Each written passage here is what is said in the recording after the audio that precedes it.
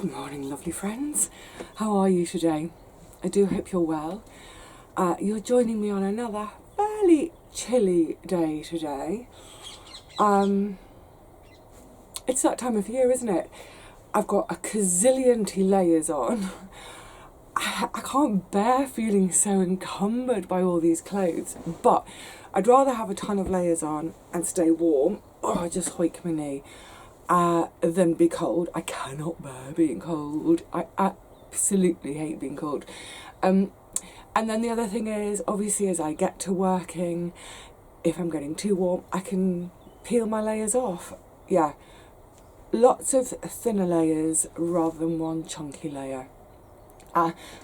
Saying that, I've got 3 pairs of socks on. Oh dear. Yes, because it's time to do some gardening. I feel like I haven't done a lot in the garden in the last week, slightly more than a week or so. So I'm really looking forward to getting out there and getting stuck in. But this is kind of now the pattern for winter. Probably a once a week visit to do something, plus a bit of harvesting, and then a second visit during the week, really quick little visit just for harvesting. It definitely winds down at this time of year. But I love the fact that there are still jobs to do. So the job for today is to harvest my Flint corn. Not only to harvest the Flint corn, but to chop and drop that bed. So all of that foliage, all those stalks, they'll need chopping. That'll probably take me a good couple of hours. I won't bore you with it. Might show you afterwards.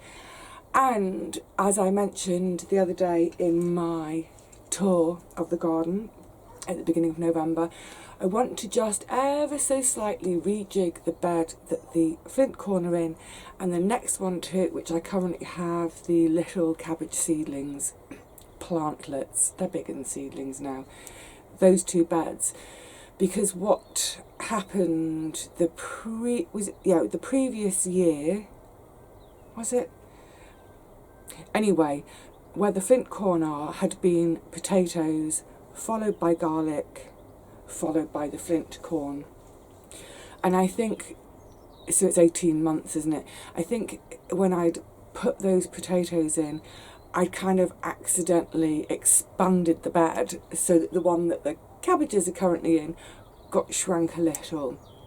And that bed that the brassica seedlings and the cabbage seedlings, plantlets, it's okay, you know, I've been growing in it for the last 18 months.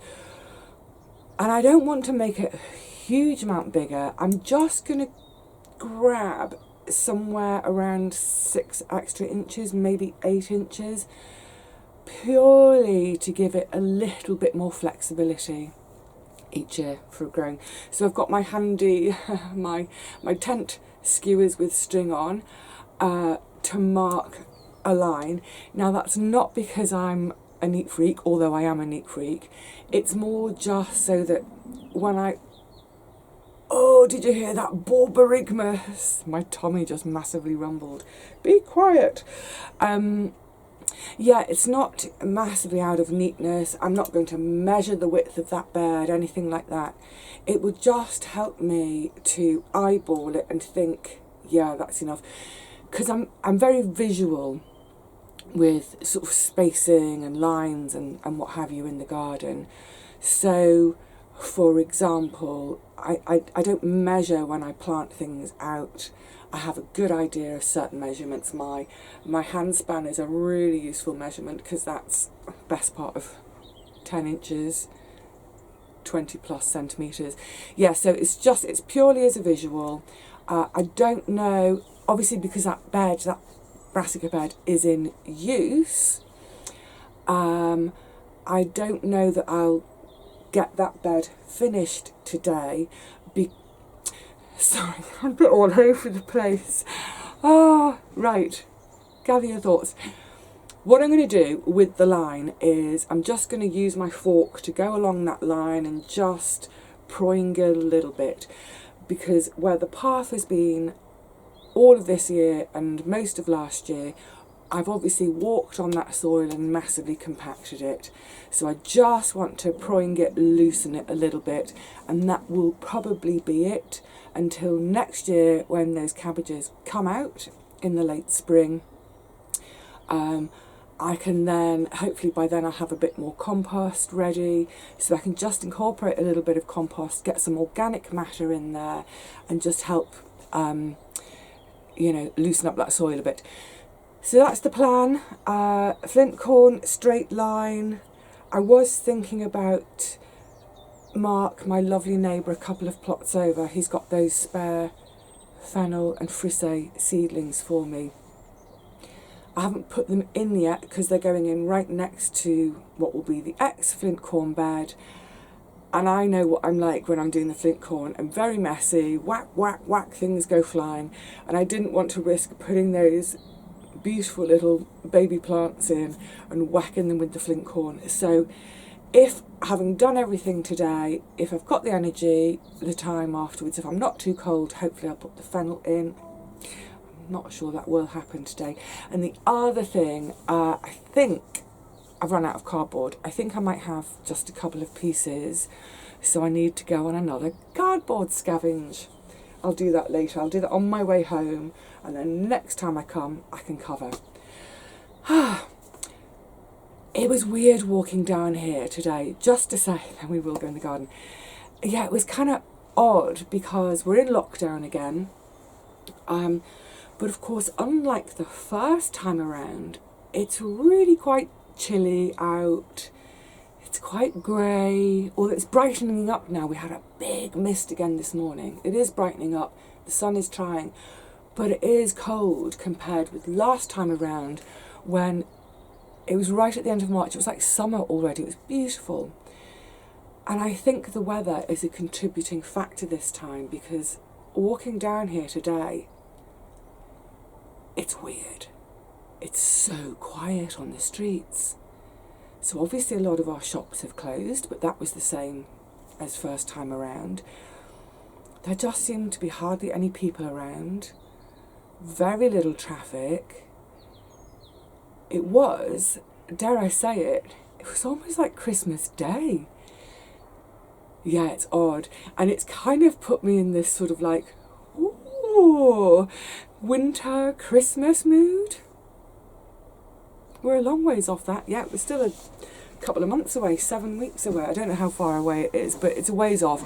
And we won't get that unless we get stuck into this job. So come on, let's go in the garden and let's do some harvesting. And I'm just going to say very quickly while we're in here, this is another of my favourite harvests each year, rather like when I do the big squash harvest, because for one thing, it all gets done in one go. A lot of my harvesting gets done, every week continually as the plants keep growing. So it's always done in one go. That's great fun.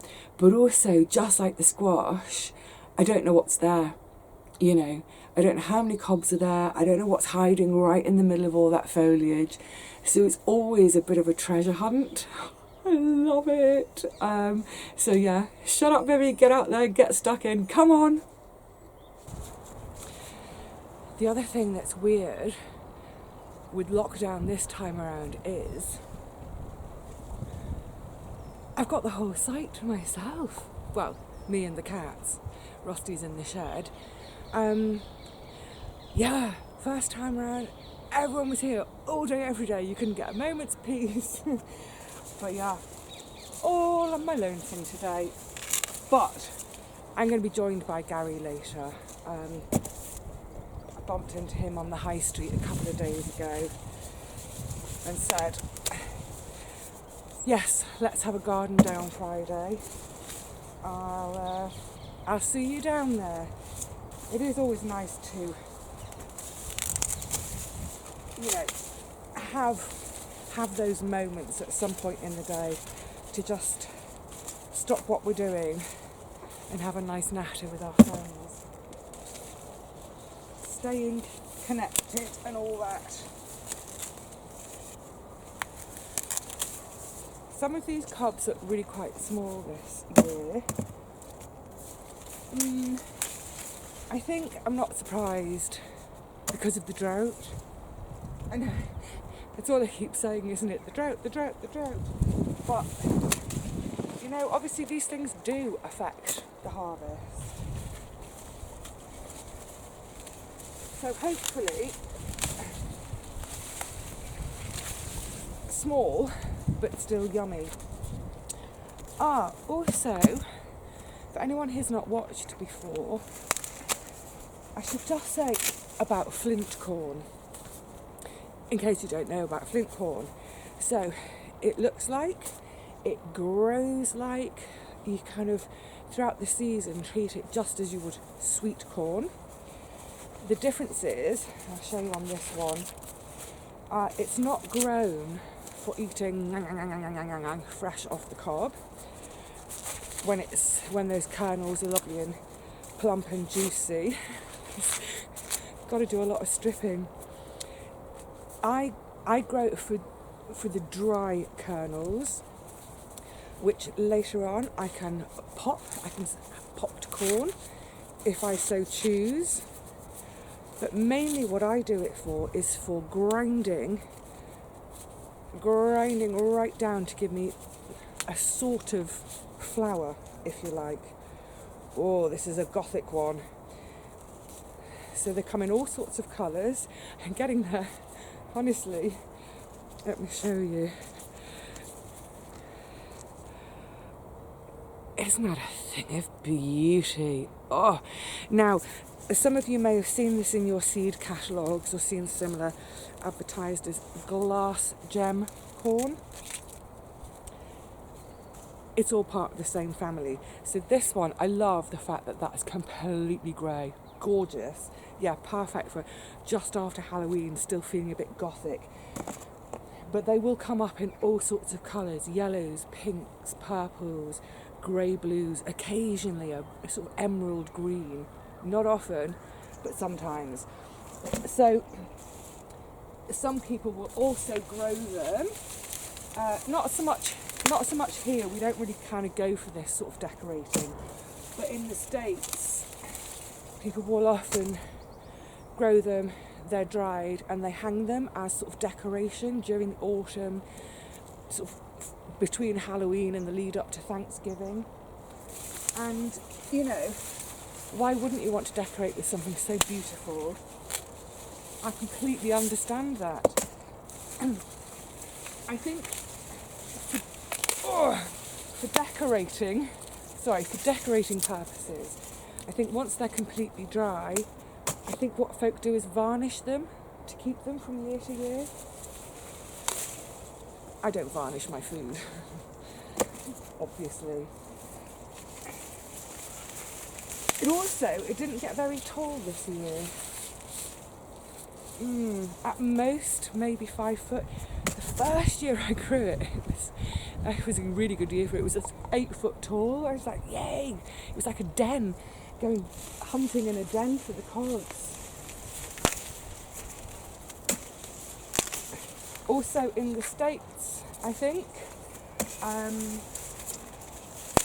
when I was just saying about, I'm going to open another, see if I can find one with some pinks and pretty colours. You never know what you're going to get. It's like Christmas every time. Yes, I think folk, when I was talking about grinding it down to make a sort of flour, it's lovely to coat, you know, if you're making a veggie burger type patty or little fried potato cakes, that sort of thing. It's lovely because it gives it a bit of a crunch. But it's what I think folk in the States make up and call grits. It's not so... Oh, another... Am I going to get all... another gothic? Oh. I mean, I don't really care what colour they are because they're all going to be ground up. But it'd be nice to have a couple of pretty ones. Yes, we don't do grits here, but I think this is what's used for making grits. So what I'm doing for now, I'm just going to go through, grab all the cobs which are obvious, And then I'll get to the stage where I'll be taking out each plant, chopping it up, and exactly like happens with, say, our climbing beans, anything like that, as I'm going, there will almost certainly be one or two cobs I've missed, but they'll get rescued at that stage. Waste not, want not. Every cob counts. So, it will take me a little while. And in the past, just to say, in past years, I've done all the prep sitting outside the shed. I don't know if it might be a bit too chilly to do that today, but for drying them, what I'll do is I remove most of the outer leaves. Let me see if I can show you. Basically, remove most of the outer leaves, but leave 3 or 4 turned back on themselves like that, and then I can tie them and hang it up, obviously without these leaves. Oh, come on, be a pink one, be a pink one. Also, the leaves, you can see all sorts of designs online for how to make them. I don't know if you could do it with sweet corn leaves, might be worth a go, but you can make really sweet little corn dolls using the leaves. Beautiful. Again, that's very much a sort of a North American tradition. But if you've got bored kids, oh, we've got some colours. If you've got bored kids at the moment, that might be something nice to do. Probably with the younger ones, but yeah. So, the idea is, the leaves are all turned back. I can tie them, hang it like that. Just get rid of the tassels. And look, oh, isn't that so pretty? Love it, love it, love it. Oh, and the other thing to say is, with the silks, I was told about this last year and tried it. I'll try and remember to put the link for the video, is corn silk tea. Well, it's a tisane, really. Corn silk tea. It's supposed to have all sorts of therapeutic properties. Can't remember any of them off the top of my head, but yeah, I'll link the video, because I tried it last year. Yeah. See me having a sip of a tea, which I was really, really unsure about. But I drank it. Okay, come on, cob hunt. Get on with it, Vivi. Yeah, it's definitely a day for not just standing still and gas bagging for too long. Right, I'm going to put you all in the shed for a minute while I finish this. While you're in there, you can all have a nice cup of tea. I think there might be some cake in there today, so go and help yourselves to cake. And I'll see you when I've got this lot off.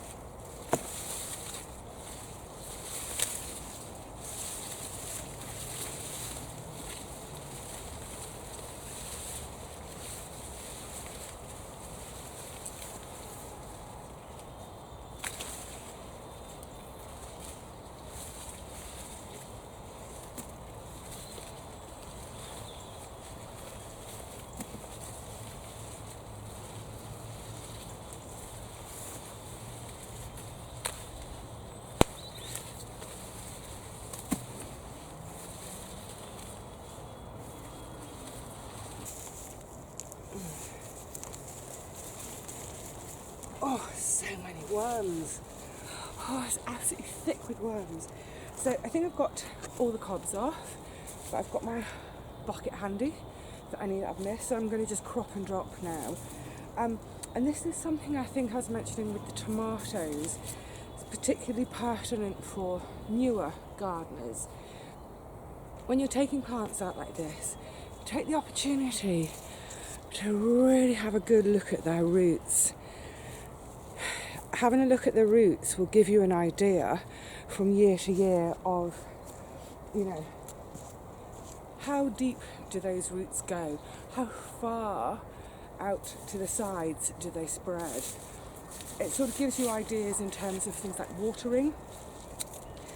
But also I just think, you know, for all our growing and just thinking in general about the ecology and the biodiversity of our gardens, let's learn as much as we can about all our plants. Everything from seed to harvest to chopping them up. Most of the foliage, well, you can see I'm just chopping it and dropping it straight back onto the bed. I will, you see that gets a bit gnarly.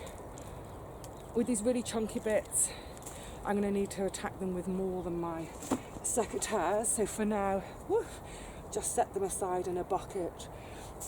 Actually, just mentioning that, the thing about getting to know our plants from seed right through to harvest and then pulling them up and looking at their roots. What staggers me, absolutely staggers me every year, is the tiniest, teeniest one single little kernel can produce plants like these. I mean, it's just, it's crazy. Crazy bonkers. I love it.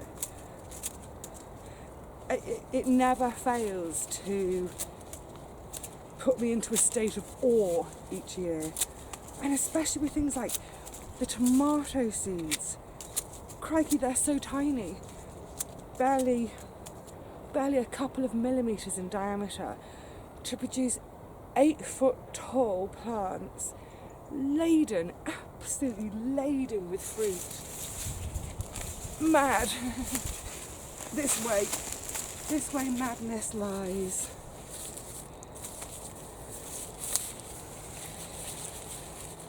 This is one of those jobs that, yeah, it's probably the most autumnal feeling job, apart from raking leaves. The one thing that's missing this year is the smell of wood smoke and bonfires. I think we're all trying not to have fires so much this year. Just look after people's lungs a bit better. But yeah, a little bit of wood smoke drifting over here now. That would be nigh on perfect. As it is,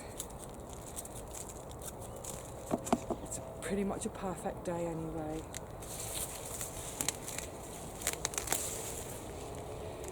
Right, this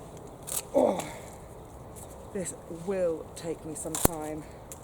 So, I don't want to keep you hanging out here in the cold, because if you're sitting still doing nothing, you're going to get chilly. Hey, if you want to step in and help me chop everything, please feel free. But otherwise, yeah, you're going back in the shed.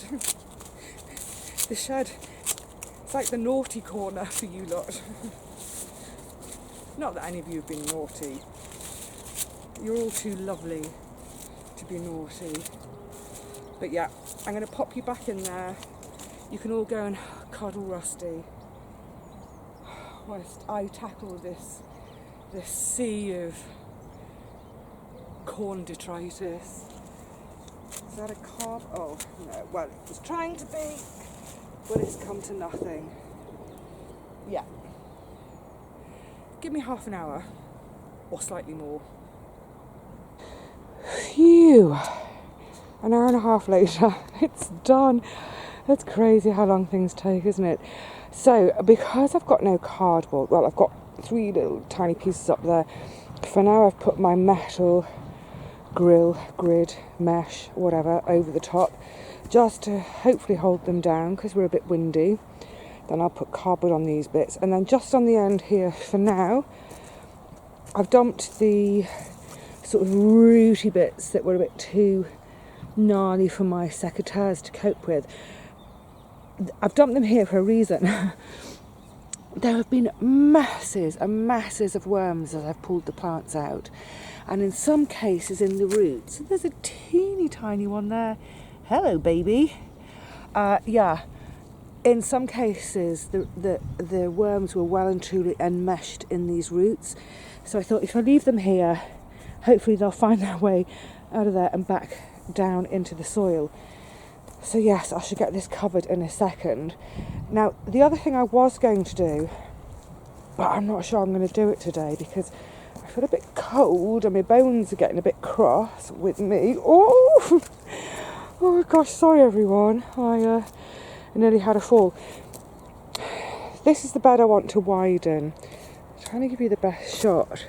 So I want to bring the bed over 6 or 8 inches, and instead of the edge of this bed being here, the ex-corn bed being here, bring that over. And then on this side, I can probably show it more clearly here. With this bed, the bed sort of ends here, and then it's kind of a bit bowed, and then this bed starts sort of here, so just bring this out a little bit. Now, the reason I'm hesitating to do this job today, well, 2 reasons. I am starting to be a bit achy, but the main reason, and I can show it to you here, well, I hope I can, and maybe if I come down it'll be more obvious. So you can see all summer where I've used this as the path, and then it sort of slopes up and up and up. So what I want to do, if I'm going to make the path, if I'm going to put the edge of this bed here, I've got some good soil here. I want to sort of scrape it up and put it into the bed. And also by doing that, just level this path a bit. I do tend to be quite stumbly. It's a combination of dyspraxia and arthritis. So anything I can do to make my paths more level and increase bed size, great. However, I think I've basically given myself a bigger job than I was planning, but it's the perfect time of year to do it. Well, at least sort of between now and next April or so. So yeah, I think these paths, I can put them down for another day as a whole morning, afternoon's job to do. I'm just trying to see if I can. It doesn't really pick up on here just how uneven and how sort of sideways sloping these paths are like this. But yeah, as I've just shown a few seconds ago, I do have a propensity for stumbling. So, right, get that end covered and then deal with what's in the trug. Yeah, let me get covering this bit first before it all blows away and I lose all this gorgeous material. I've come for a little bit of cosy time. Oops, in this shed with Rusty. You're right, buddy. Just picking up on what I was saying out there about my beds, both in terms of extending them and trying to level my paths a little. Actually, it is the perfect time now because we're so wet. It's the one time I can kind of manipulate that really compacted soil that's in the paths. So I'm going to sort of be scraping a bit from one side to fill in the other, what have you. But yeah, the point I wanted to make is, this is firstly, I know, I'm so happy for you. I know a couple of people have just been given the keys to their first ever plots. That's fantastic. I'm so excited for you. But whether you've just got a brand new plot, whether you've had it a year, whether you've had it 5 or 6 years, this is a great time of year. Folk have been arriving. This is a really great time of year to get out in your garden, have a walk around, maybe with, a notebook, a clipboard, some plain paper, what have you, to think about the layout. So, for instance, it was the autumn of 2018 that I decided to go to having my 5 mini permanent beds within each of my bigger beds. So I've got 4 big beds each of which is divided into those 5 strips of permanent beds. And it's made life so much easier for me, both in terms of less digging, easy to reach, but also, this is a funny one, but from a psychological point of view, I find it much easier to manage because, as I'm sure, I'm just watching a squirrel burying a nut, as I'm sure many of us do, when we're at home doing something else or in the evening, and our thoughts turn to the garden, especially if we're planning to go to the garden the next day to do some work, it can sometimes, your brain can sort of implode from the overwhelmingness of it all.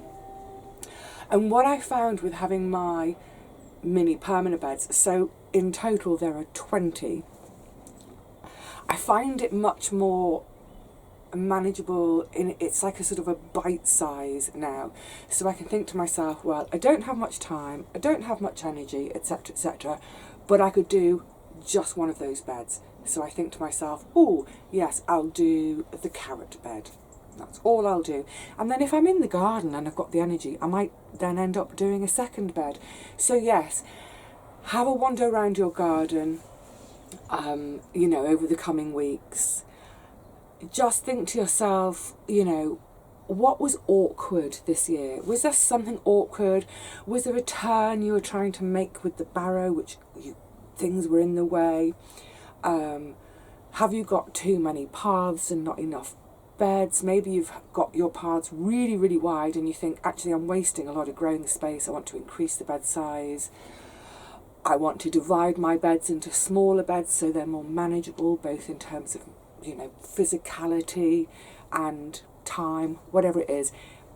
This is the perfect time to do it. So yeah, get out there with your notebook and pen, go make some sketches, and then, really I'm talking about in the UK and other places with a similar climate to me where we probably won't have snow. We've got now November, December, January, February, March, and in April. Look, we've got a good solid 5 months to get work done. And even if you only come once a week and say 5, that's 20 odd weeks, isn't it? Imagine what you can achieve in 20 weeks with just one visit each week. It's doable. Yay, go on, gird yourselves, get out there and reorganise the garden to make it more ergonomically smooth for you, or to make it prettier, or just to get it the way you've always wanted it but have never quite managed to find the time or whatever it is. Yay, good. So I'll crack on with my paths during my next, actually I might not do the paths just yet because there's a couple of planting things I want to do first. It's always that kind of prioritising thing, isn't it? So I've got next to me in the shed here, I've got my trug full of cobs.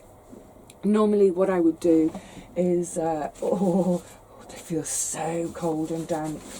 Like I say, normally I would, I'm just going to come over a second.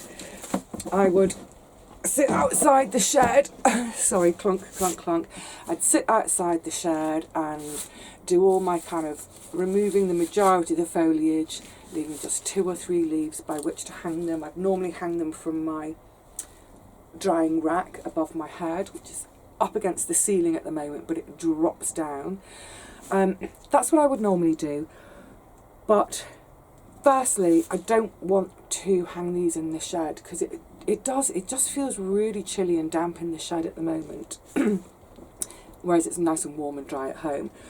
But also, I don't want to, it is not food for you, Rusty. No, it's my food. I don't particularly want to sit still out in the cold today to do it. I'd rather do that at home. And then I can listen to the radio as well, can't I? As opposed to listening to cats purring. So yeah, they're all going to come home with me. Obviously, I'll have a bucket to the side of me at home as I'm doing them to put all this leaf litter in, and then when I next come back to the garden I shall add that litter chopped up to the flint corn bed as I've just shown it to you, and also by then I'll have some more cardboard so I can get it covered. Yay! Well, it's been, I'm just going to look at my clock. Amazingly, I've actually, I've been here 3.5 hours. It doesn't feel like it, it's flown. That's been lovely work to do. There have been a couple of times when, you know, Catherine's been over, another neighbour has been over. They've been chatting to me while I've been chop, chop, chop, chop, dropping. So yeah, another perfect day in paradise. Nearly perfect. Bit chilly and damp, but otherwise, yeah, perfect. So on that note, I'm going to say cheerio to you all. I'm not sure where you will next see me, whether it'll be in the garden or back at home doing something, but I do hope you will join me for whatever that happens to be. In the meantime, please look after yourselves, look after each other. We really need to look after each other at the moment, and I will see you again soon. Bye for now.